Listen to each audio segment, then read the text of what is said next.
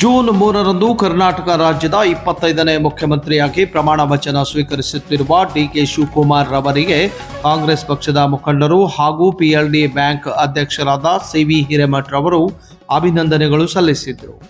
ಅಭಿನಂದನೆಗಳು ಸಲ್ಲಿಸಿ ಮಾತನಾಡಿದ ಅವರು, ಕಾಂಗ್ರೆಸ್ ಪಕ್ಷದ ಧೀಮಂತ ನಾಯಕ, ಮುತ್ಸದ್ದಿ ರಾಜಕಾರಣಿ, ಅಭಿವೃದ್ಧಿಯ ಹರಿಕಾರರಾದ ಬಸವರಾಜ ರಾಯರೆಡ್ಡಿ ಅವರಿಗೆ ಮಾನ್ಯ ಡಿಕೆ ಶಿವಕುಮಾರ್ ರವರ ಸಚಿವ ಸಂಪುಟದಲ್ಲಿ ಸಚಿವ ಸ್ಥಾನ ನೀಡಬೇಕು ಎಂದು ಮನವಿ ಮಾಡಿದರು.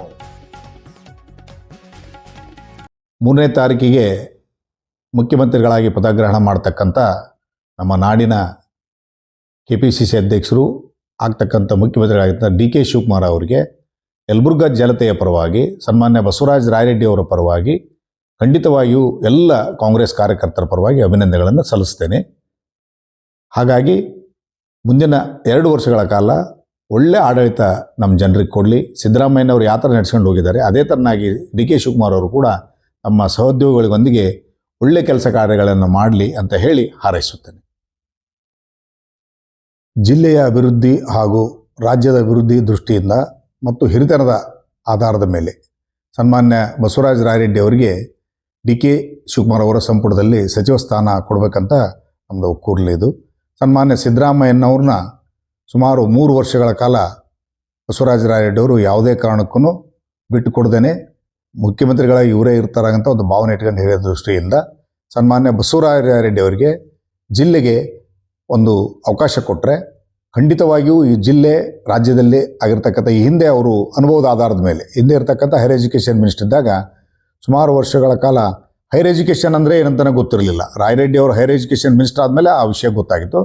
ಆ ಒಂದು ದೃಷ್ಟಿಯೊಳಗೆ ಸನ್ಮಾನ್ಯ ಸಿದ್ದರಾಮಯ್ಯನವರಿಗೆ ತಮ್ಮ ಕೋಟಾದಡಿ ತಮ್ಮ ಏನು ಹಿರಿತನದ ಆಧಾರದ ಮೇಲೆ ಬಸವರಾಜ ರಾಯರೆಡ್ಡಿ ಅವರಿಗೆ ಒಂದು ಮಂತ್ರಿ ಸ್ಥಾನ ಕೊಡಿಸಿದರೆ ನಮ್ಮ ತಾಲೂಕಿನ ರಾಜ್ಯದ ಜನತೆಯ ಪರವಾಗಿ ಅವರಿಗೆ ಅಭಿನಂದನೆಗಳನ್ನು ಸಲ್ಲಿಸ್ತೇನೆ.